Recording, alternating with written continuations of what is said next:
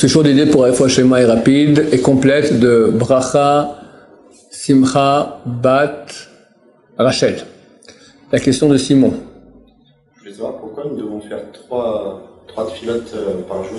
Pourquoi une ne suffirait pas pour la journée? Pourquoi 3 prières par jour et une ne suffirait pas? La Gemara dit si seulement quelqu'un pouvait prier toute la journée.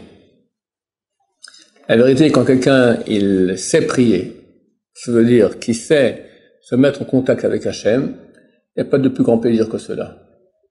Au bout d'un moment, il y a un problème de concentration, le corps ne suit plus, mais c'est très très bon. Et c'est relativement facile. J'ai déjà expliqué souvent que les sages d'Israël comparent notre relation avec Hachem comme la relation qu'on a avec une femme. En fait, la relation qu'on a avec une femme, elle se fait à 3 niveaux. Niveau physique, que ce soit le contact physique ou l'aide physique. Au niveau sentimental, ressentir, exprimer l'amour, des mots d'amour. Et au niveau rationnel, ça veut dire connaître sa femme, discuter, connaître, qu'est-ce qu'elle pense. S'il manque un des 3, alors c'est très très bancal comme relation, c'est presque impossible, ça va pas durer longtemps. Avec Hachem aussi, c'est la même chose. Physique, ce sera la mitzvot, l'application physique des mitzvot. La connaissance intellectuelle d'Hachem, ça se fait par la Torah, parce que lui et sa volonté font un, lui et sa volonté et sa pensée font un, et sa volonté sont écrites dans sa pensée, qui est la Torah. D'accord? Donc quand on étudie la Torah, on connaît Hachem. Reste maintenant le sentiment, la mitzvah d'aimer Hachem. Elles peuvent se faire n'importe quelle seconde, elles doivent se faire. Ce sont on a 6 mitzvot continues. Croire qu'Hachem existe, premier des 10 commandements. Savoir qu'il est un, qu'il n'y a pas d'autre Dieu que lui, c'est le deuxième des 10 commandements, qu'il est un, Shema Yisrael Hashem Elokeinu Hashem Echad. L'aimer, le craindre, et pas suivre nos yeux et notre corps, pas se poursuivre après notre corps et nos yeux. Donc la mitzvah d'aimer Hachem, elle est continue, mais des moments plus grands. Quels sont les moments de prédilection d'amour d'Hachem? C'est pendant la prière, parce que là tu es censé être loin de tout. Les prophètes ont mis en place une sorte d'échelle extraordinaire qui s'appelle la Hamida, qui permet de catapulter vers le haut en disant quelques mots, c'est magique, d'accord? Tu es vraiment devant Hachem, et c'est à très haut niveau. On peut remarquer que quand tu pries en journée comme ça, même avec beaucoup de concentration, ce sera moins que durant la Hamida, parce que c'est vraiment un truc magique qui a été fait par les prophètes, et donc c'est très c'est décrit que toutes les intentions, quand on prie, il y a des intentions kabbalistiques, d'accord? Rabbeinu Hari a dévoilé les intentions kabbalistiques quand on prie. Les kabbalistes qui prient d'après intention, et une prise, ça leur prend 4 fois, 5 fois plus de temps qu'un type normal, d'accord? Parce que pour le mot Baruch, t'as 3 pages, Ata, t'as encore 3 pages, tout ça de pensée kabbalistique.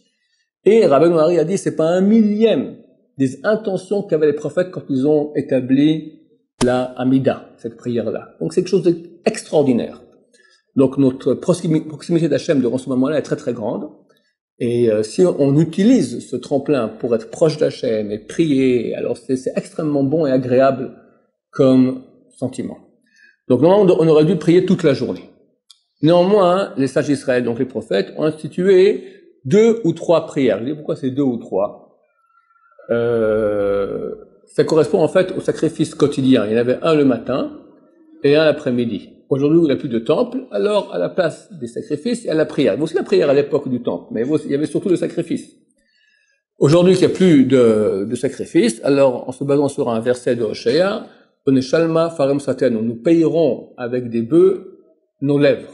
On va faire avec nos lèvres la prière. Non, nous payerons avec nos lèvres les bœufs. C'est-à-dire que si on aurait dû amener des bœufs en sacrifice, on paye cela avec des prières. Donc, vu qu'il y avait 2 sacrifices, un le matin, un l'après-midi, il y a 2 prières, Shachrit et Mincha.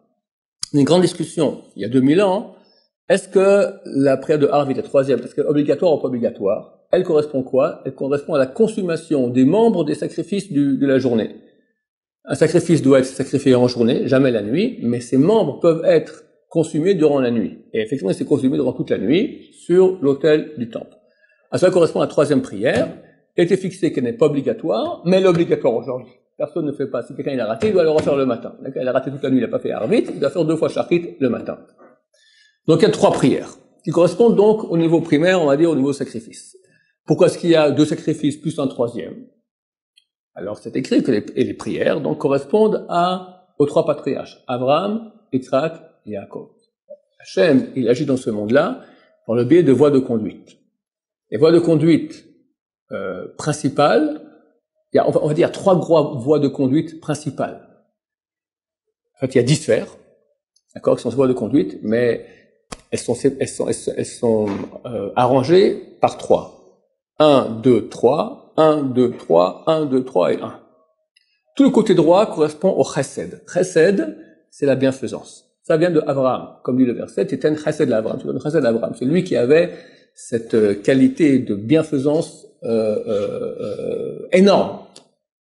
Il a mis une tente, il a mis 4 ouvertures, que chacun qui vient, il va le nourrir, lui parler de donner à manger, à boire, lui parler de Dieu, et nourrir le corps, et nourrir l'âme. Un amour de l'autre extraordinaire. Ça, c'est Abraham. Yitzhak, c'est le côté gauche, qui au contraire, c'est la gvoura, la vaillance. C'est quoi la vaillance? C'est exercer une puissance contre mes mauvaises pulsions. Se retenir au maximum. Ça, c'est Yitzhak. On lui dit, fais-toi égorger. Il dit oui. Pas facile, hein. On dit à quelqu'un, voilà, tends le cou et fais-toi égorger. C'est une puissance de se retenir sur soi-même énorme. Ça correspond à la voie de conduite qui est de gauche, qui est la vaillance à gvoura. Et Yaakov, il est une combinaison des 2 premiers, on appelle ça Emet, vérité. C'est la voie médiane qui est la plus juste, on va dire. Il faut pas être trop exagéré dans le chesed, faut pas exagérer trop dans la gvoura. La bonne voie, c'est le Emet, la vérité. Donc ça correspond certainement à une chose extrêmement haute. Nous, quand on prie, on ne se rend pas compte de ce qu'on fait. Je dis maintenant que la Kabbalah, elle dévoile 1 milligramme de millimètre des grandes choses que ça fait, d'actions que ça fait dans le ciel. Donc ça correspond à une réalité mystique. Le Ben Ishra, il dévoile un peu. Il dit que on amène, en faisant la prière le matin, on amène une lumière spirituelle de bonté d'Hachem dans le monde, sur nous et dans le monde. Cette lumière, durant la journée, elle va en s'amenuisant. À Mincha, dès l'après-midi, déjà commence le côté négatif à se réveiller. On fait une deuxième prière pour justement parer à ce côté négatif. La nuit, le côté négatif devient encore plus fort. Alors on fait encore une 3e prière pour éviter tout ce côté négatif-là.